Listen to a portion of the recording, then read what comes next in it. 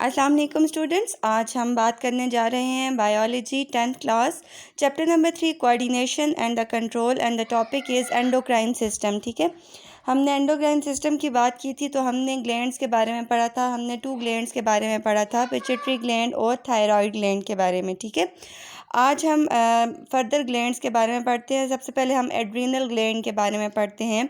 Adrenal gland की अगर हम बात करें तो एड्रीनल ग्लैंड जो है, the adrenal gland are paired bodies lying cranial to the kidneys. ये किडनीज़ से बिलो प्रेजेंट होती हैं। ठीक है, एड्रीनल ग्लैंड जो है वो किडनीज़ से बिलो प्रेजेंट होते हैं, इसी वजह से इसका नाम भी एड्रीनल है। एड्रीनल किडनी से रिलेट करता है। ठीक है, द ग्लैंड, ये जो ग्लैंड है इसके 2 पार्ट्स होते हैं। The gland consist of 2 layers. ठीक है, कॉर्टेक्स एंड मेड्यूला। कॉर्टेक्स जो है वो आउटर लेयर होती है और मिडल जो लेयर होती है या इनर जो लेयर होती है उसे मेड्यूला कहा जाता है। ठीक है, ये 2 पार्ट्स या 2 लेयर्स पे कंटेन करता है। एड्रीनल ग्लैंड जो होता है ये किडनी से बिलो प्रेजेंट होता है। ठीक है, अब ये वाला जो 2 पार्ट्स हैं, दोनों के दोनों पार्ट्स जो हैं वो डिफरेंट जो है हार्मोन सक्रीट करते हैं। ठीक है, हम पढ़ते हैं अभी इनके बारे में।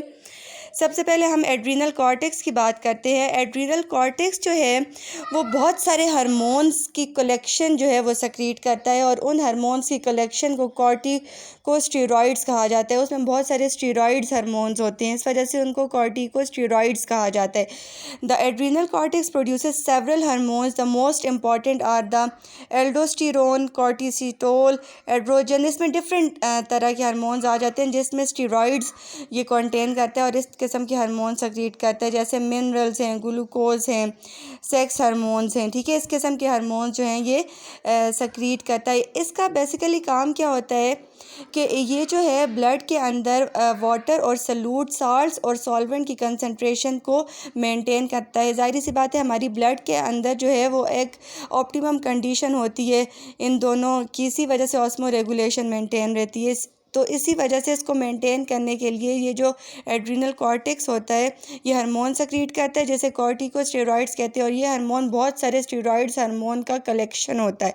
ये क्या करता है कि ये हमारे ब्लड के अंदर साल्ट्स और सल्यूट की कंसंट्रेशन को मेंटेन करता है। राइट, आज अब फिर एड्रीनल मेड्यूला की बात करते हैं। एड्रीनल मेड्यूला की अगर हम बात करें, adrenal medulla, the hormones produce by adrenal medulla are called catecholamines. ठीक है, ये जो एड्रीनल मेड्यूला हार्मोन सक्रीट करता है इसको कैटिकोलामाइंस कहा जाता है। ठीक है, the act as hormones and as neurotransmitters. ठीक है, इससे इनका हमारे ब्रेन से भी जो है वो कनेक्शन होता है। They manage the body response to the stress. हमारी बॉडी को कोई भी स्ट्रेस वगैरह होता है तो ये डायरेक्टली ब्रेन से कनेक्ट होते हैं, तो उस किस्म के रिस्पॉन्सेस शो करने में इनका बहुत ज़्यादा अहम रोल होता है।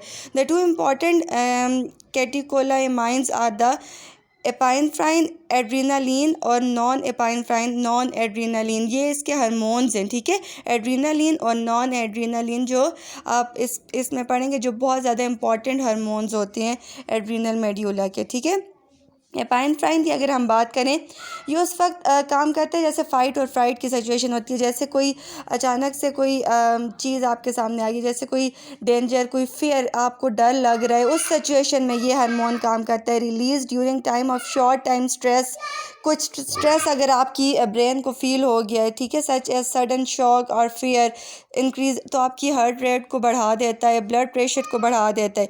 इसी तरह से नॉन एड्रीनालाइन भी इसी तरह से होता है कि जब आपको कोई इस किस्म की शॉक्स वगैरह लगते हैं तो ये आपकी ब्लड वेसल्स कॉन्स्ट्रिक्ट हो जाती है, या बहुत ज़्यादा ऐसा होता है, बहुत ज़्यादा खुशी होती है तो उस सूरत में भी सिचुएशन नॉर्मल से हट के हो जाती है। तो उस सूरत में आपकी बॉडी को काबू करने के लिए, आपके अंदर के फीलिंग्स को और आपके अंदर के सिस्टम को कंट्रोल करने के लिए ये हार्मोन सक्रीट होता है और ये आपके ब्लड वेसल को कंस्ट्रिक्ट कर देता है और हार्ट बीट को बढ़ा देता है। ब्लड, क्योंकि ऑक्सीजन फिर उससे ज़्यादा अमाउंट में आप इनहेल करते हैं, और ब्लड प्रेशर और ब्लड शुगर लेवल भी बढ़ाता है। ठीक है, उस सिचुएशन में फिर आपके बॉडी सिस्टम नॉर्मली वर्क कर रहे होते हैं। फिर इसके बाद अगर हम पेंक्रियाज की बात करें, तो पेंक्रियाज भी हमारे पास एक ग्लैंड है जो कि हार्मोन सक्रीट करता है, ठीक है ना।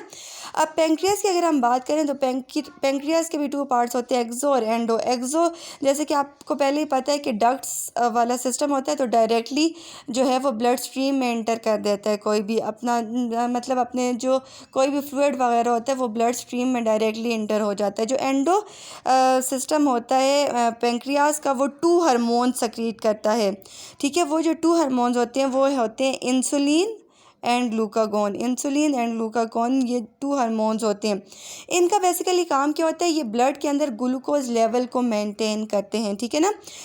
ये दोनों हार्मोन्स क्या करते हैं, ब्लड के अंदर जो ग्लूकोज लेवल है उसको मेंटेन करते हैं for normal regulation of glucose lipid protein metabolism, ठीक है।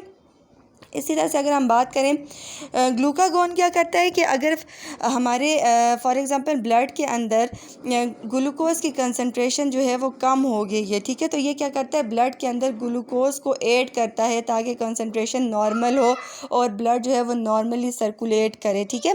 और ब्लड जो है इसके अलावा इसी तरह से अगर हमारे ब्लड के अंदर बहुत ज़्यादा सफिशेंसी हो गया, मीन्स बहुत ज़्यादा अमाउंट में ग्लूकोज़ जो है वो उसकी मिकदार बहुत ज़्यादा हो गई है, तो इसी तरह से इंसुलिन क्या करता है कि उसकी मिकदार को कम करता है, उससे रिमूव करता है ब्लड से ग्लूकोज़ को। इस तरह से ये ग्लूकोज़ की कंसंट्रेशन को मेंटेन करते हैं हमारी ब्लड के अंदर, ठीक है। अब यही बात होती है कि जिन लोगों को डायबिटीज़ माइलिटीज़ मीन्स शुगर वगैरह के जो मरीज़ होते हैं उनका इंसुलिन जो है वो काम करना बंद कर देता है, या इंसुलिन वर्किंग नहीं कर रहा होता, जिसके रिज़ल्ट में क्या होता है, उनके ब्लड के अंदर ग्लूकोज कंसंट्रेशन बहुत ज़्यादा हो जाती है। फिर उनको आर्टिफिशियल इंसुलिन वगैरह लगाई जाती हैं और वो डिज़ीज़ उन्हें कॉज होती है। नॉर्मल से शुगर से भी उनका जो ब्लड ग्लूकोज लेवल है वो इंक्रीज़ कर जाता है या डिक्रीज़ कर जाता है, उनका शुगर लेवल मेंटेन नहीं रहता, ठीक है ना।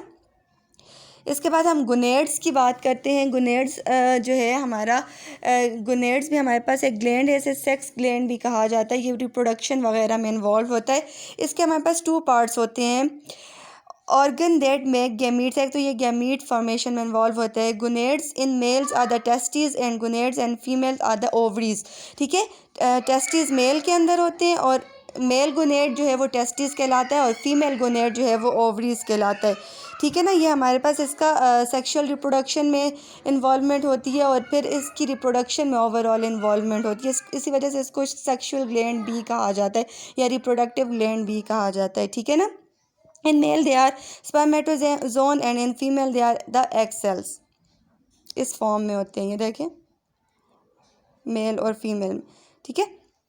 अच्छा, अब देखें, अब अगर हम फ़ीमेल हार्मोन्स की बात करें, जैसे कि ओवरीज़ की हमने बात की, मेल गोनेड जो है, फीमेल गोनेड जो है वो ओवरीज़ है ना। ओवरीज़ जो है वो हार्मोन सेक्रीट करता है जैसे प्रोगेस्टेरॉन कहा जाता है। ये जो स्टीरॉयड वाला हार्मोन होता है ये साइक्लिक चेंजेस यूट्रस के अंदर जब प्रेगनेंसी होती है, बेबी की डेवलपमेंट वगैरह को ये सब चीज़ें जो है ये हैंडल कर रहे होते हैं, इसे कंट्रोल कर रहे होता है।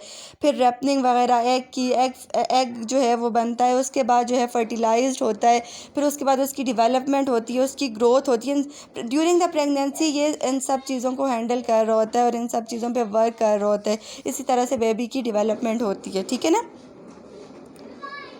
इसके अलावा हमने बात की कि मेल के अंदर जो है वो हार्मोन होता है जिसे टेस्टिरोन कहा जाता है, जो कि टेस्टीज़ जो हैं वो सक्रीट करती हैं, जिसे टेस्टिरोन कहा जाता है। ये भी स्टेरॉयड हार्मोन है, ये मैन के अंदर होता है और इसके अलावा ये सेकेंडरी सेक्सुअल कैरेक्टर्स मेल के अंदर जो है वो डेवलप करता है। सेकेंडरी सेक्सुअल कैरेक्टर्स क्या हैं, जैसे फेस पे एक ख़ास एज में मेल्स के जो फेस होते हैं उन पे हेयर्स आ जाते हैं, उन पे इस किस्म के जो हैं सेकेंडरी सेक्सुअल कैरेक्टर्स डेवलप कर रहे होते हैं, उनकी बॉडी डेवलप कर रही होती है। तो ये चीज़ें जो हैं ये सब के सब टेस्टोस्टेरोन की वजह से हो रही होती हैं। हमने ग्लैंड्स के एंडोक्राइन सिस्टम पढ़ा तो हमने डिफरेंट ग्लैंड्स की बात की, ठीक है। Hopefully you understand it.